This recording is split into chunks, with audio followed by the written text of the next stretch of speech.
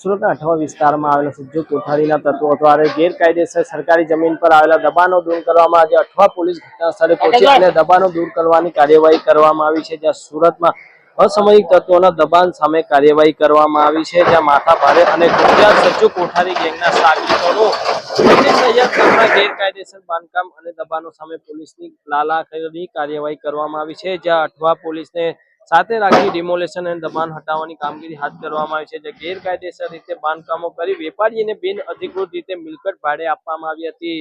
સરકારી જગ્યા પર ગેરકાયદેસર બાંધકામ અને દબાણ ઊભું કરવામાં જે ભાડાની રકમ વસૂલાતી હતી મેળવવાનો હતો। ત્યાં પોલીસ દ્વારા મોટો કાફલો લઈ આજરોજ સુરત મહાનગરપાલિકાની તમામ ટીમ અને અઠવા પોલીસની તમામ ટીમ દ્વારા જે એકત્રિત કરી અને કામગીરી કરવામાં આવી છે। જ્યાં એક દુકાનોનું ભાડું આશરે 12 થી 13,000 રૂપિયા વસૂલાતા હોવાનું સામે આવ્યું છે। જ્યાં આજરોજ તમામ અઠવા પોલીસના મહાનગરપાલિકાના ઉચ્ચ અધિકારીઓ સાથે રાખી અને આ ડિમોલેશનની કામગીરી કરવામાં આવી છે।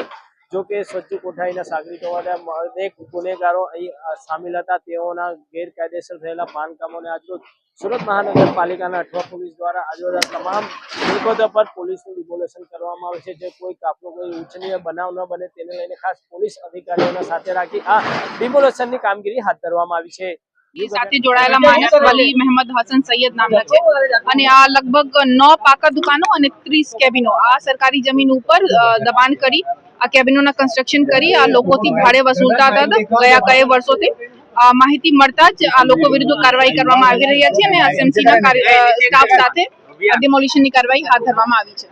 કેટલા વર્ષોથી દુકાનો બનાવી દેવામાં આવી હતી, કેટલું ભાડું વસૂલવામાં? આ ભાડા કેબિનોની 8,000 અને પાકા દુકાનોની 13,000 જેટલા ભાડા લગભગ 8 થી 13,000 સુધી આ વસૂલતા હતા અને કઈ વર્ષોથી ધીરે ધીરે આ કન્સ્ટ્રક્શન કરવામાં આવે છે। આ વલી મહેમદ સજ્જુ કોઠારી સાથે રહેવાવાળા માણસ છે અને એમની વિરુદ્ધ ખરેખર એક જ જાહેરનામા ભંગનો ગુના છે અત્યાર સુધી જે અમારે લોકો પાસે માહિતી છે અને આગળની તપાસ અમે લોકો કરીએ।